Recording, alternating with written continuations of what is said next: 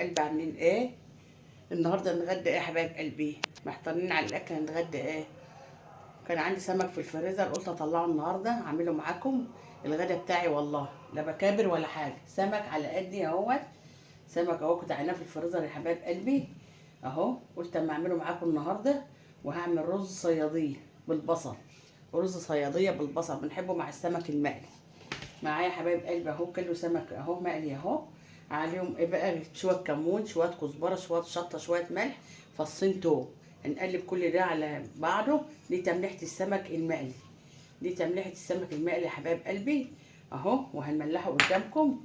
املحه من قلبه اهوت. قلبه اهو يا حبايب قلبي، شوف قلبه اهو. املحه حط بسيطه كده اهو، من جوه ومن بره كده اهو حبايب قلبي اهي. هملحه قدامكم اهو اهو، من بره ومن جوه، لحسه كده من بره ومن جوه اهو. نمشي على جتته بالكمون كده والبهارات كده اهو حبايب قلبي اهو. شوف قلبه من جوه اهو اهو بالكمون. شوف، والكمون والكزبره والشطه والثوم اهو يا حبايب قلبي. والزيت مقدوح على النار اهوت اهو. انا حبايب قلبي واوريك ايه عيشة الطبيعيه اهو. سمك اهو اهو يا حبايب قلبي اهو. دي ب70 جنيه، ب70 جنيه يا حبايب قلبي. البصل بتاع الرز اهو هنقعد نحمر فيه لغايه ما يتحرق خالص. دي الصياديه، دي الصياديه يا حبايب قلبي. هنقعد نحمر البصل لغايه ما يتحرق خالص. السمك قدامي اهو.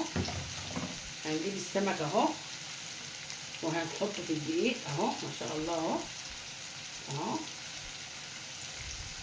في حركه كده هعملها يا حبايب قلبي.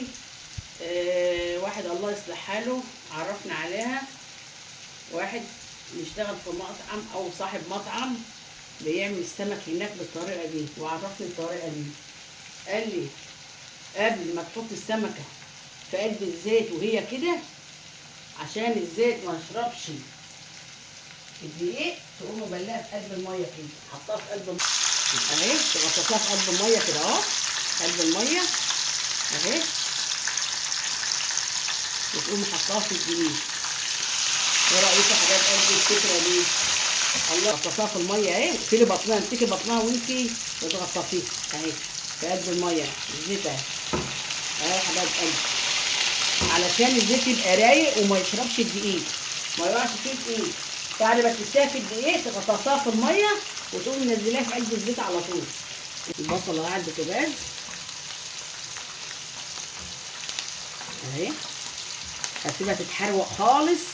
الصياديه يا حبايب قلبي، في ناس بتحط البصل على الرز، يعني انا هصفي البصل لما بيتحرق كده، وانا هصفيه لان انا ما بحبوش ولا جوزي بيحب البصل، يحس ان هو فيه مراره شويه كده اهو. السمك على النار اهو، السمك اهو على النار، والبصله اهي. البصله اتحرقت ازاي؟ البصله اتحرقت. اعمل ايه؟ احط الميه بتاعه الرز، ميه الرز اهي، احطها على النار، احط عليه شويه كمون، شويه كمون اهو، واغطي عليها لما تغلي، وهنصفي الميه دي. صفيت البصله اهي، ميه البصل اهو، والبصل اهوت. البصل اهي ما بنحبش احنا البصل ده بيبقى ممرر في قلب الرز. في ناس بتعمله، لا انا بقوم حاطه اهي الميه بتاعته اهي على الرز اهو، واقوم حاطاه على النار. الرز ده يا حبايب قلبي كان منقوع، الرز كان منقوع يعني شرب الميه بتاعته. بعد ما خلصنا اهو غرفت الرز اهوت. الرز بتاعي اهو الصياديه. بس انا ما بحطش البصل المحروق عليه، انا ما بحطش البصل المحروق على الرز. بصفي البصل الاول واخد الميه واقوم حاطاه على الرز. دي الصياديه بتاعت ام سمر من غير البصل المحروق، لانه عملته مره لقيته ممرر، جوزي ما رضاش ياكله كده احسن. شوف جمال. دي وجبه ابو سمر اهو، هحط له يتغدى دلوقتي. هذا الرز يا حبايب قلبي اهو، والسلطه اهيت، وحبه ليمون حادق بتاع ام سمر اهو، حبه ليمون بتاع ام سمر. شوف اصفر وشكله جميل ازاي. وتعالوا اتغدوا معانا. لايك وشير بقى لام سمر، لايك وشير، ودعوه حلوه من قلبكم كده، والله دعوه حلوه من قلبكم تطلع من قلبكم كده صافيه كده لام سمر.